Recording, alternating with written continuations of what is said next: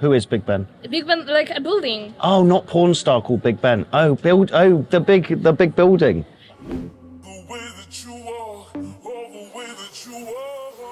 What's up, guys? We've got another random approach scenario today. It's me approaching a cute student in a women's clothing store in a mall. So quite high pressure for the average guy, I would say.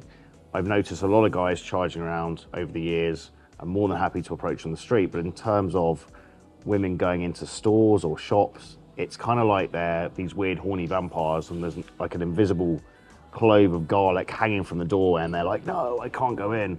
But all it is bearing out the pressure and potentially calling out the elephant in the room, you know, of the scenario in hand. So let's watch the clip and we'll break down a couple of the key points. Excuse me, do you speak English? Yes. I saw you walking. Yes, yeah. With your big shopping bag, looking very nervous. No, I'm joking. But I thought, oh, beautiful girl. Oh my God, thank you so much. Are you from Łódź? Yes, I'm from Łódź. Ah, nice to meet you. James. From Hello. London. London? Yes. That's nice. Did you go before? No, I've never been to London. Oh, okay. But I always want to visit London. Why do you want to visit London? What about London is attractive for you? When you think of London, what do you think about? Serious people, drinking tea, full English breakfast. Drinking tea. Big Ben. Big Ben? Yes. He is your friend, Big Ben? Who is Big Ben? Big Ben, like a building. Oh, not porn star called Big Ben. Oh, the big building. Yes. Oh, yes. Okay. Big Ben, yeah. London Bridge. London Bridge, you know this? Oh, London Bridge. This is where I live, London. London Really? Bridge. Not under the bridge, but near. Next to the bridge. Oh, that's nice. That's really nice. And what else? Big Ben, London Bridge. What else you think of? Red phone box. You know this you know the. Ah, yes. And bus, red. Red bus. Bus, yeah. And the Queen's, where the Queen used to live. Buckingham Palace, you know this? Yeah, Buckingham Palace. Ah, yeah. You want to go to London? Interesting. Cool. It's really a nice place. I would love to visit it. And for me, this is my first time in Łódź in 1 year. Why do you visit Łódź? I came 1 year because usually I am in Warsaw, but I prefer the people. From Łódź? Yeah, more friendly, and I love this street. What is the name? Piotrowska? Piotrowska Street. Yes, where you have all this bar and restaurant. Very cool. 1 second. Okay. Hello? It is, yeah. Give me 1 second, Victoria. Give me 1 second. You have WhatsApp? Or WhatsApp. Or SMS? Messenger. I don't use WhatsApp. I don't use SMS, but I send you SMS like this. Okay. Put your number there. What was your name again? And what's my name, you remember? You forget my name? I'm sorry. It's classic name from London. I'm so James Bond. Ah, James, okay. Yes, James Bond. Lovely to meet you. I send you a message. Have fun. Thank you. So the first concept to talk about is something I learned from Tom Torero, may he rest in peace, back in the day, which is this idea of calling out the elephant in the room. So calling out the potentially awkward situation in real time to the girl means it's not awkward. And it's a very clever thing to do because women are very obviously socially intuitive. And so if you can showcase that you also have developed your social and emotional intelligence skills, that's very sexy for a woman. We've always said game is basically getting up to the same social skills level or social and emotional intelligence level as a girl. So we had it with a student. We can use a different example just to begin. I had it with a student where we walked past Victoria's Secrets. We saw a very hot girl walking into Victoria's Secrets. Victoria's Secrets, for those of you who have been living under a rock, is obviously a women's lingerie store. And it's basically only women in there. It's very high pressure because there's no other men. And what's the reason for us to be in there as two guys walking around looking at this girl, right? So a very uncalibrated way of doing things would have been, he just walked over to the girl because we went up to like the 3rd floor, right? And he sees the girl over in like the underwear section, like playing with bras.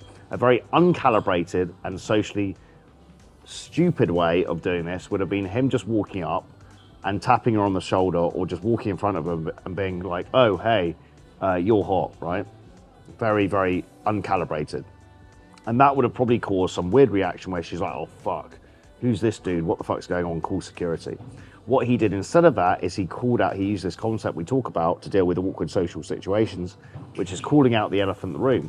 So he went over and he said, look, I know this is ridiculous. There's probably no other men in here and we're just actually leaving, putting in a time constraint. But I just saw you and I thought you looked really nice.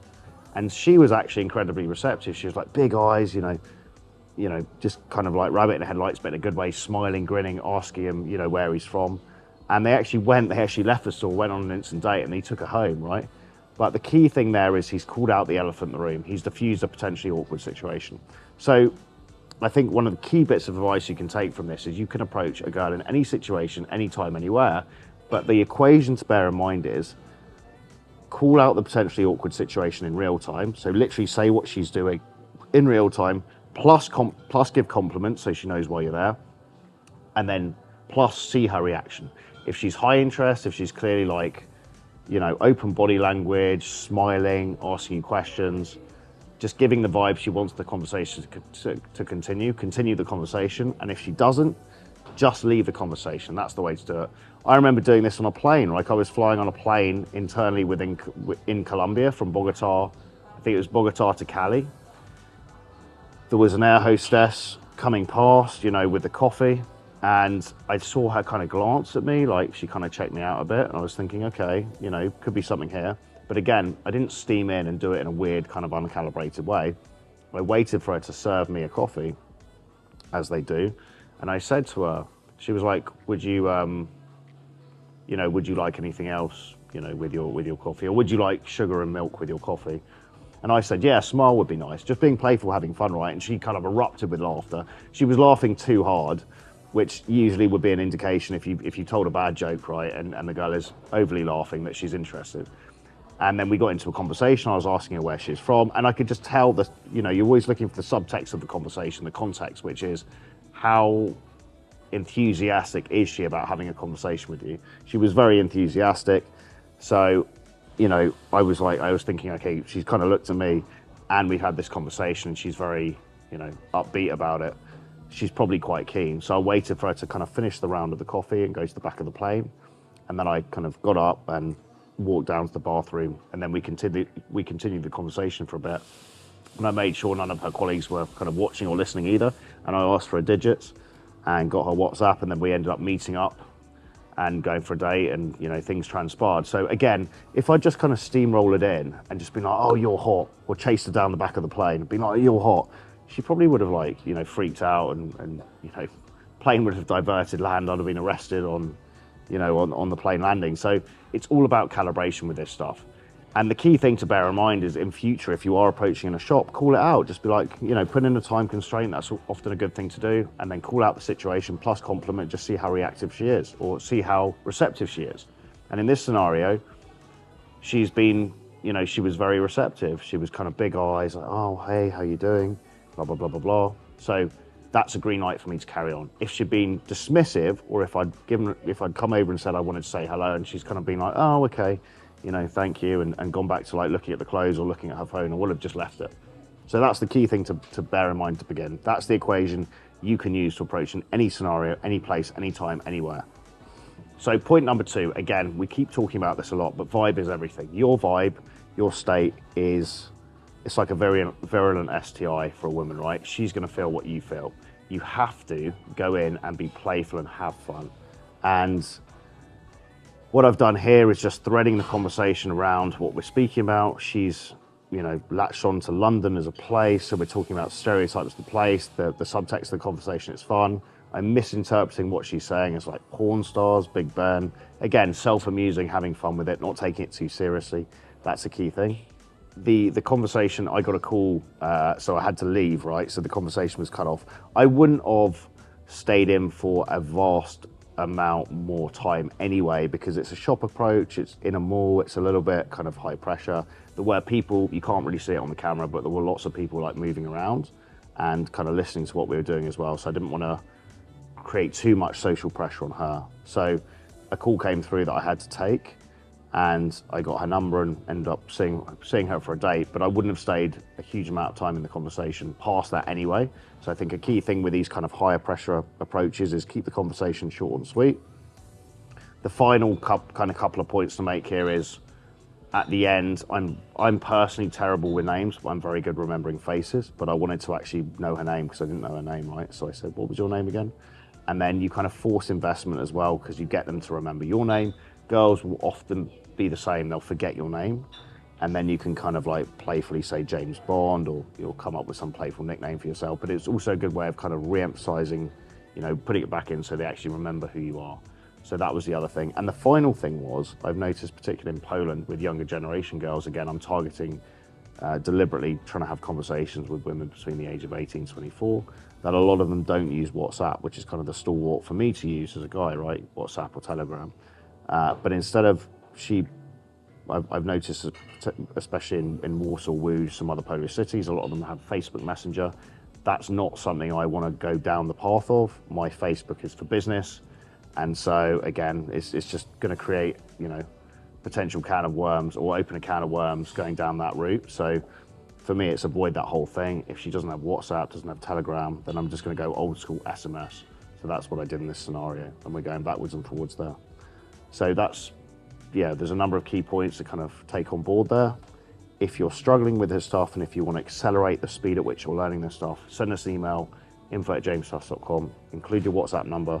Jump on a quick call, we'll map out exactly where you're at and exactly where you want to go, and we'll spell out how we can get you there with the least effort and least pain as possible. We'll see you in the next video. Quick one, myself, Les and Troy have produced the linchpin course to take you from nice, innocent boys to highly sexual men with unlimited dating options. The Edge 3 is coming. We've got it at a pre-sale discount at the moment, $579, and then the Edge 3 plus Bogota Bootcamp, which is the crazy kind of graduation bootcamp, anything goes bootcamp, night game, day game, grey area dating app game, anything goes in March 2024 for $3,797. It's going to be absolutely amazing. This has been a long time in the pipeline. Myself and Troy have redeveloped the previous Edge course, and we're combining 25 years worth of experience in the elite men's dating industry to bring you a course which is going to change your lives. We've got some of the world's leading experts for different areas. The linchpin areas, sexual shame, developing sexual confidence, Mr. Bonaparte, elite sex coach for men, and we've got Dave Lee with the male hormone optimization side of things, who's bringing in vast amounts of knowledge, and a host of other experts, and myself, Les and Troy, coaching you every step of the way in developing the cold approach and the dating process as well. It's going to be incredible. Get in touch, info@jamestusk.com, include your WhatsApp number and the title Edge 3 in the email. We'll see you there.